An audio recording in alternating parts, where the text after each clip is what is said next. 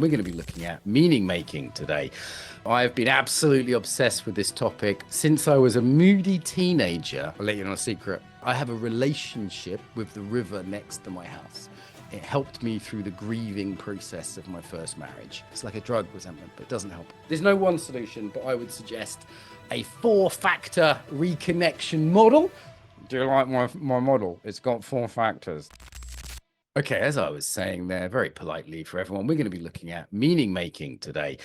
I've been absolutely obsessed with this topic probably since I was a moody teenager and I discovered Nietzsche. Okay, if you're American and you can't speak, that's Nietzsche. All right, if you're German and you can actually pronounce it, well, thank you, but don't scare us with your language. So I discovered this guy who said that we don't know what's going on. God is dead. We killed him. What are we going to do? What did he mean by that? He was essentially addressing the problem of modernity. I'm going to lay out what that problem is in depressing detail over the next 20 minutes. 20 minutes, I'm going to black pill you guys. 20 minutes from now, you're going to be like, I hate life. This is not worth living. Please don't leave at that point, because after that, we're going to look at some potential ways of addressing what other people smarter than me have called the meaning crisis. Yes, I listened to all 60 hours of philosopher John Vervaeke's meaning crisis theories, so you don't have to. I'm adding dick jokes and condensing it. You're welcome, Alison. You're welcome. John's a very nice man, actually. I've had him on the podcast. He's very clever, but he's very verbose. And a lovely gentleman. So I've been obsessed with this. I spent 3 months with a group of people working my way through that. But as I said, this started for me really as a teenager when I said, what's the point? Anyone have that moment as a teenager? Did you have that moment when you went, what's the point? I actually held a razor blade to my wrist when I was 13 and thought, I'm not sure if this is, oh, trigger warning. I'm going to trigger the out of you. Okay, over. So 13 was probably contemplated for the first time. I thought, what's the point? Yeah, by 14, I discovered drugs, alcohol, and girls. Didn't look back for at least. Anyone discover drugs, alcohol, and girls? Or Italian boys? Make your mind. It's all good. Yeah, I thought, you know what I really need is hedonism. There's no meaning in life. I'm just going to snort life out of the asshole of the crack whore of existence. And I tried that approach thoroughly. I've done that experiment, not literally, but metaphorically, I've done that experiment, so you don't have to. All right. So we're going to be talking about nihilism, hedonism, narcissism, the horsemen of the meaning apocalypse. What else? Limbic capitalism. I'll probably get into that. The state we're in. It's going to be pretty depressing before it gets better. Still think you're in the right place? Okay. Can I have an enthusiastic American, like, whoop, yeah, hell yeah. Imagine you're not a cynical European. You're an American. You've had a couple of beers. You're at the college soccer match. You're like, whoa. Yeah, and you're up for it. I want a bit more enthusiasm here. It's fucking winter. It's 6 p.m. It's dark outside. I got snowed on today. Anyway, good. So let me see. What are you here for? I'm also, thank you very much. I think so too. So how would you summarize the problem of meaning?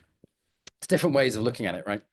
One of them was Nietzsche's way, which is basically to say, in a scientific materialist world, there's just stuff.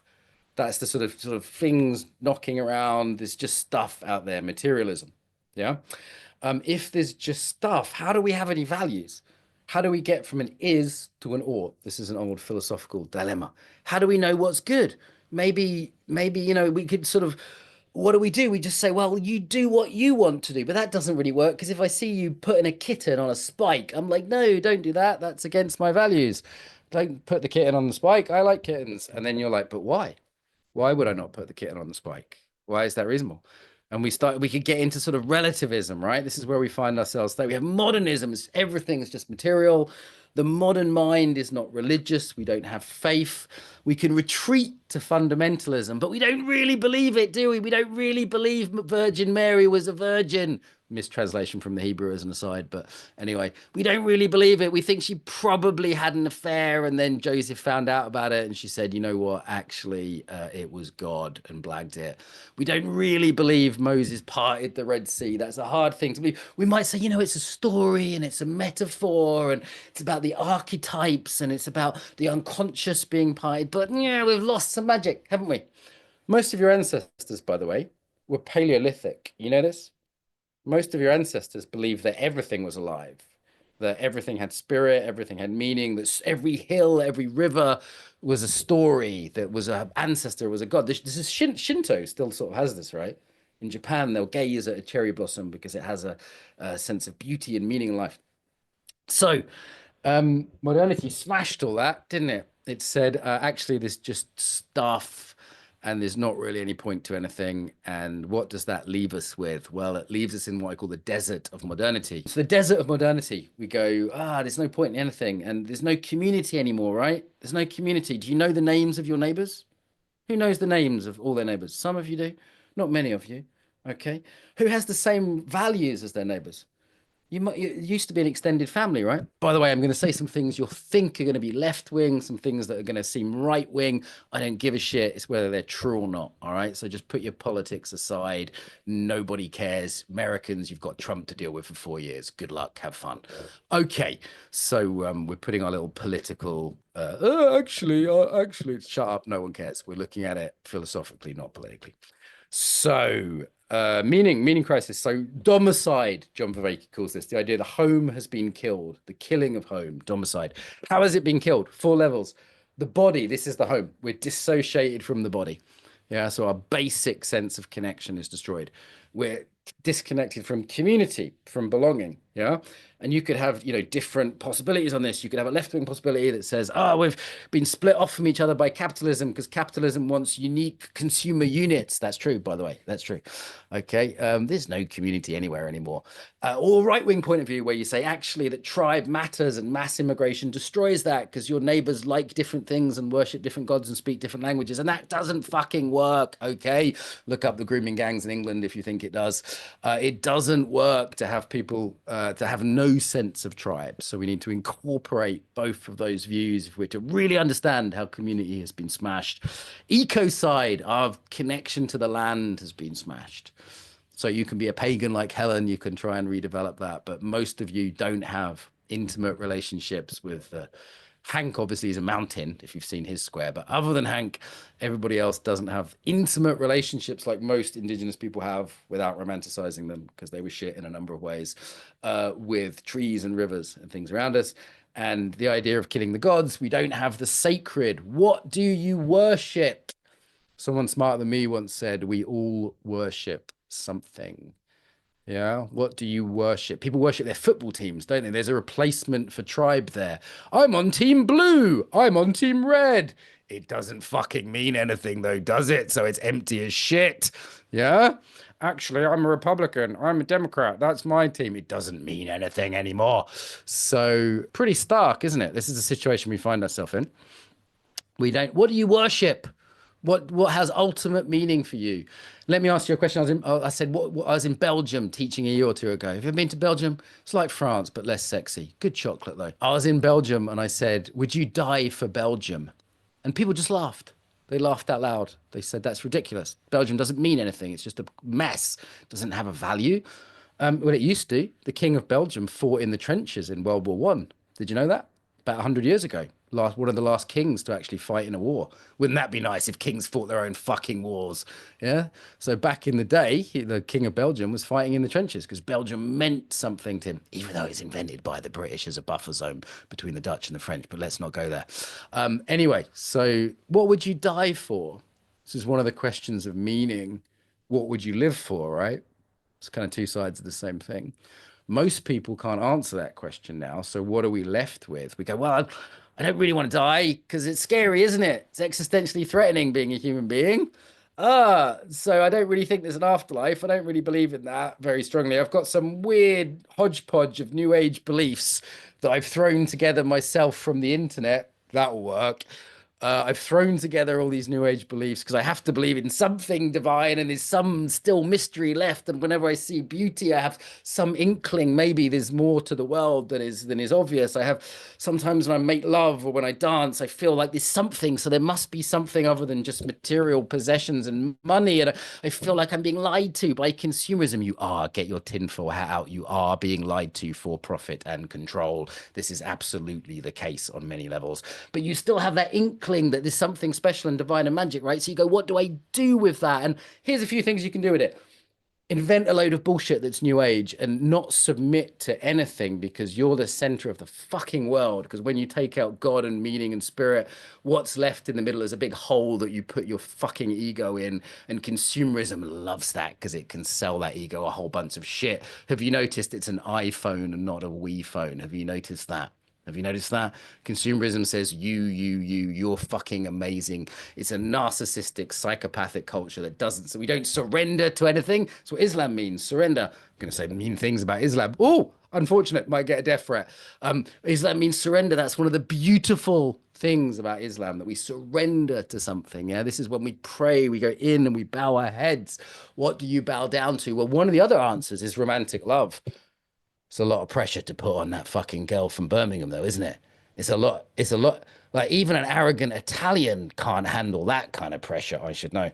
The pressure we put on our spouse, which says you are the meaning of life.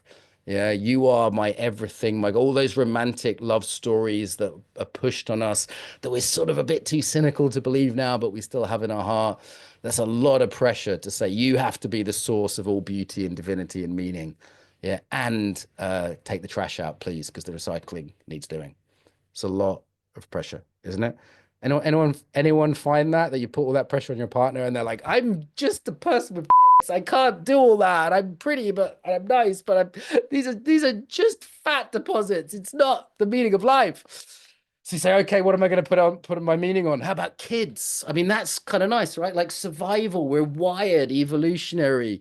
It's kind of grandkids actually in terms of evolution, but we're wired to that. And people aren't doing that anymore. We're like pandas in a zoo that won't fuck to save our species. The birth rates all across the Western world are plummeting. That's why we need mass migration to continue consumerism and capitalism. Birth rates are plummeting. Koreans are going to be extinct soon, right? It's not just the West, actually. It's all the developed Asian countries. Because why would we have children when we don't believe in anything? What would we reproduce for? And then if we have children, we make them precious and special. And we say, you're the only thing in life. You're who mother lives for. And how does it feel if mother lives for you? It's a little bit much, isn't it? It's a lot. So we're left with nihilism. And what do? We chase after hedonism. Because if I'm the center of the universe, I might as well have a nice time, right? I might as well take drugs. But I just had Anna Lemke on the podcast, who's a dopamine expert, and she says the pursuit of pleasure inevitably leads to pain. This is a neurological reality, something spiritual people have known for years, which is why Buddhist monks don't talk about blowjobs and cocaine very much. Right. So actually, the tantric ones, shut up. You don't know what you're talking about. The endless pursuit of pleasure always leads to pain. I've done that with hundreds of Russian girls. I am boasting a little bit. I've done that with multiple class A substances. I've tried all the combinations of breath work and fasting and amphetamines at the same time. None of it works, okay? If you're like 25 and you haven't done the experiment yet, I'm not going to not recommend it, but ultimately it won't work. Hedonism isn't enough. When I give you an example, I have a friend of mine is dying of cancer currently, and his bones are rotting, and he texts me in the middle of the night because he's screaming in agony. Do you think consumerism and hedonism will be enough to get him through the night? It's not. Luckily, he has very deep spiritual beliefs, and that's some solace to him. Some solace.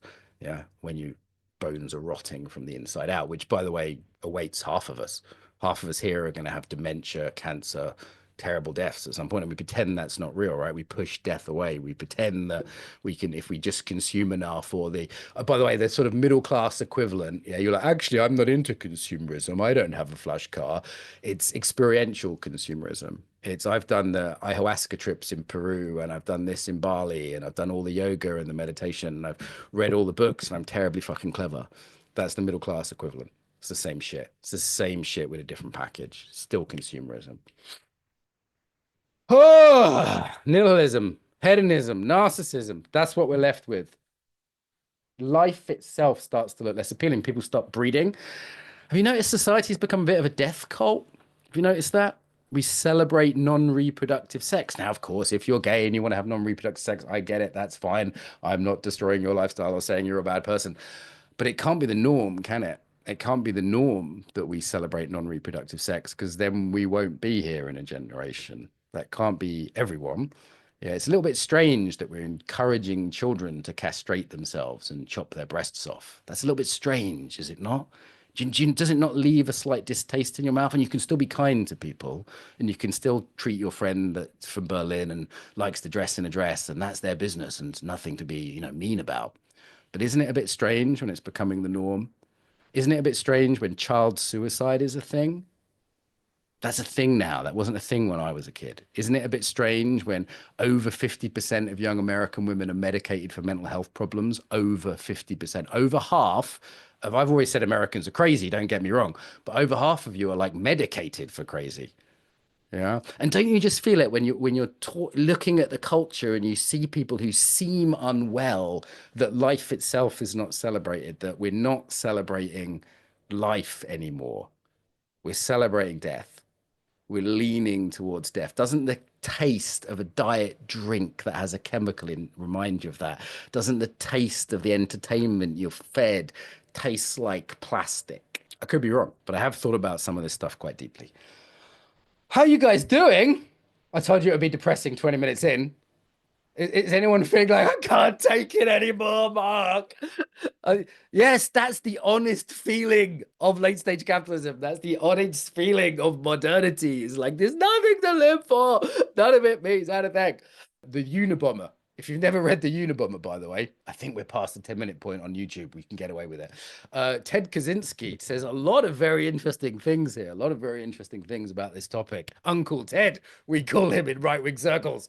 So yes, we're over socialized. He calls it. We're in a cage. We don't want to breed because we don't have the sweet air of freedom. Yeah. If we look at this up to date as well, if we bring in the technology, what's the technology there for? Have you noticed we're surfing the internet? SERF. Yeah, we're living in what's his face? He's got a Greek name. I can't pronounce it. Yanis, what's his face? Leftist from Greek, used to be the finance minister. He calls it neo-feudalism. Every time we go on Uber, every time we go on Amazon, we're paying a tithe to the very rich, right? But it's not just a feudalism like before where they own us and take a tax from us. It's also they're fucking with our soul. They're destroying our attention, and attention is the gateway to a divine. Anyone check their phone in the last 20 minutes? Oh, now you're itching, aren't you? Because there's a phone somewhere near you and you can feel the fucking itch because something's going on Instagram or Facebook or whatever the drug of your choice is. And that is itching you right now. So you can't actually stay attention to someone that spent fucking 500 hours condensing something into an hour for you. Yeah? Feel that itch? That's your mind being broken by consumer capitalism. That's the limbic capitalism is a term that one thinker uses that keeps us all in a fight or flight response. So we can't be in rest, digest, and connect. We can't get to wisdom. We can't get to spirit. We can't get to each other. We can't get to the body, and we can't get to spirit. We can't get to the body. We can't get to each other, and we can't get to spirit. Why? Because our attention is smashed. We're kept in fight or flight. Fight, flight, or grasping, if we look at it from a Buddhist point of view. Yes, I've gone from Uncle Ted, the Unabomber, to the Buddha in less than 2 minutes. Damn, it's good. Okay, so the Buddha said we have these two main forces that push us around: craving, desire. We don't talk about that for some reason in the West. We talk about fight or flight, but not craving and desire. They're the two forces, and there's probably more craving and desire. Anna Lemke's neuroscience and dopamine, well worth a look. She's just had her on the podcast. I did get out a kinky riding whip as a balance of the pleasure pain balance, which did shock her slightly, but we had a good interview. I think we got on well. Okay, so technology is smashing our attention, making us addicted, making us distracted, making us unable to connect with our bodies, which is the gateway to community, which is the gateway to spirit, nature. These things are all combined. I've got a slide I can show you at some point. It's my last remaining drug. I've given up social media. I'm much nicer for it. Much nicer for it. I highly recommend it if you haven't already. I'm still on it, giving it to you guys, but I'm not on it myself. How much of entertainment is about war? Like I spoke to a kid the other day who spends 3 hours playing a game where he pretends to shoot people a day. Like I've got friends in Ukraine who are trying to not do that. They would rather not spend 3 hours a day shooting people. But that's his entertainment. That's a lot of his social status comes from being the sixth best Fortnite player in his school. His words, not mine. Yeah, if you don't know what Fortnite is, it's one of these games where you have to shoot people. You know, some people say the Greeks kicked it off, dividing the good, the true, and the beautiful. Another way of thinking about it is post-modernity, our state now, where even modernity is looked at skeptically, is the good, the true, and the beautiful all get smashed. What do I mean by that? The true. Have you ever heard someone say "my truth"? Have you heard that?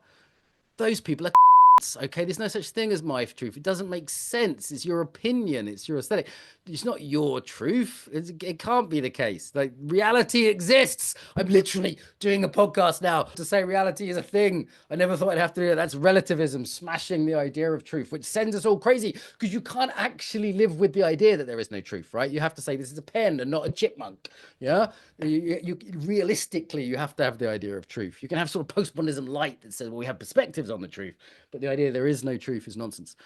There's no goodness. Well, that's just you're just saying that, man. That's just like your opinion, man. There's no right, no wrong, is there? I mean, if you want to kittens, that's up to you, man. And it's all culturally relative, and that's their culture to rape small boys in Afghanistan. And if no, not okay. By the way, true fact, culture of raping small boys in Afghanistan. There's a word for it. Okay, true fact. I don't want that in my country. I don't want that in my town. I don't want that in my community. We have to make a stand on some morality somewhere. Yes, we have to say some things are good or bad because we act as if some things are good or bad. So we have to have some sense of that. Not this postmodern, well, everyone's got their own right and wrong. And who are you to say what's right and wrong? Stop killing kittens. Can we agree on that? Torturing kittens is bad. Can we agree on one thing? Oh, beauty. Everything's ugly. Have you noticed that? Not me. Mwah. Okay. But have you noticed the world's pretty ugly? What's the most beautiful building in your town? I bet it wasn't built in the last 20 years. What's pretty? Do you think people dress well now? Do you see how casually most people dress? I mean, you see little bits of beauty, right? There's always beauty in the world. The idea that beauty doesn't exist, everyone's a 10. No, they're not.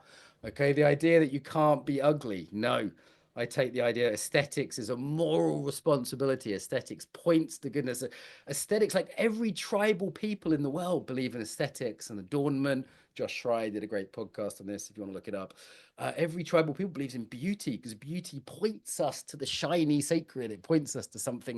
When you see a baby and it's beautiful, or a beautiful hot Brazilian girl dancing, or an Italian man in a suit who's well dressed, or an Italian cathedral that was built for over 200 years, you see the beauty in these things and it ennobles the spirit. It's not just, oh, I like that. It's uplifting to be in, I don't know, Bled Lake in Slovenia or the Cologne Cathedral. This is uplifting in a spiritual way. Okay, so how do we find meaning? How do we find some meaning? What points us towards meaning? I've got my potential solutions, but let's hear yours. I say anyone who thinks they've got this worked out is a liar, right? There's not like the solution. This is something I'm desperately been trying to figure out in my life since I was a teenager. Yeah. What do you think an answer is? Hopefully together we can come up with something. I'm actually interested in your input at this point because I think we desperately need an answer to this because there's so much drug addiction, so much suicide, so many deaths of despair. I feel like modernity is a car that's been driving towards a wall for the last 300 years and we just fucking hit the wall.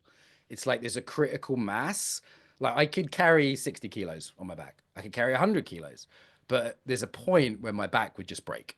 200, whatever. Does it make sense? I feel like we've psychologically and emotionally hit that point. And it's confusing because we live in the most materialistically successful society that's ever been. And that's not nothing, is it? Who likes cappuccinos and iPhones and texting your friend and being on Zoom and EasyJet to Spain? I love all that shit. I love it. We're the most successful technological society ever in human history. Western culture is superior to any of the alternatives by far. On top of that, we have the best human rights of any culture in human history. Who's a woman? Do you want to go to another culture? No, you don't. Would you like to live in the Arab world? No. Would you like maybe to go back in time to the 15th century? No. Who's a gay guy? Jim with that jumper, must be. Okay, is there a period of human history it was better to be gay? Not many. You might be able to find a little bit here and there, but generally, if I was gay, I'd want to be born in fucking now. So there's brilliant things to modernity too. brilliant things to modernity, technologically and culturally. But we're the psychologically and emotionally and spiritually, I would say at a stretch, the most unsuccessful culture in human history. America has a higher percentage of people in jail than any other culture that's ever lived. Our deaths of suicide are greater than any other lives. Elders are abandoned at a level that's like never before. Yeah, we kill children at a level like no other culture that's ever lived. Okay, these are not small things. We're not looking at America right now. Pan back, pan back. We're not doing the culture wars. We're doing Socrates and Nietzsche and the next 2,000 years. It's way bigger than your little culture wars. Okay, we're not making America great again. We're making humanity great again. So what might we do? What might we do? That whole little cultural thing, oh, blue team, oh, red team, that's a tiny little battle allowed within an Overton window that's this fucking big when the possibilities are this big. Yeah, it's like you guys fight each other and not the fucking people who are actually running the world. Yeah, these are issues you're allowed to argue about. Let's go way bigger than that, way more interesting than that. All right, reconnection. There's no one solution, but I would suggest a 4-factor reconnection model. Do you like my model? It's got 4 factors. This will help you think about it. It's nice and clear. As I said, no one person has all the answer, and this is very tentative. But where do we need to reconnect? I'm not going to not say the body, am I? Why? Because the body helps with all the others. So the basic disconnection is to the body. So coming back to the body, and again, we are living the best time to be embodied. We live in the best time to be embodied. You can get so much embodiment knowledge for free on the internet. We gave away 666 podcasts. We did episode 666 last night, didn't we, Helen? Yes, there's so much good stuff, so many good teachers. I could do Japanese martial arts in the morning, Indian yoga in the afternoon, and Korean tantric sex in the evening. I just made that up, but doesn't it sound appealing? Anyway, we're so lucky in terms of what we have access to today. We're so lucky. Okay, reconnection to community. This is harder.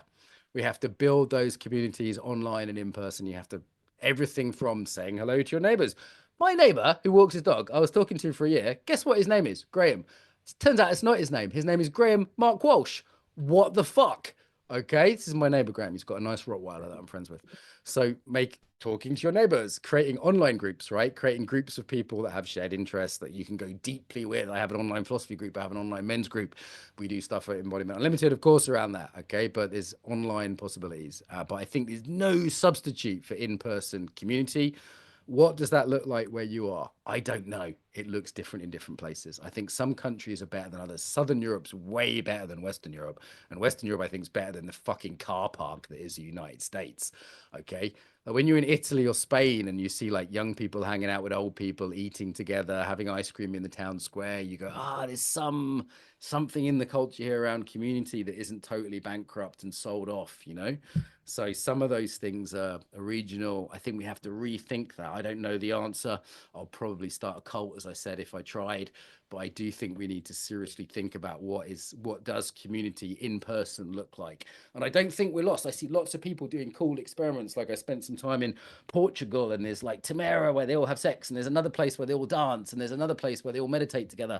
And then people are doing all these cool experiments and living together like they did in the 60s. And I think that's really fucking cool. It's really cool that we're starting to, and there's all these technologies like I don't know, circling and interpersonal relating and all kinds of, acro yoga. I was speaking to Jason Niemer, the founder of acro yoga, ways of connecting and ways of doing things together that are really profound, right? So it's like we're rethinking what that looks like.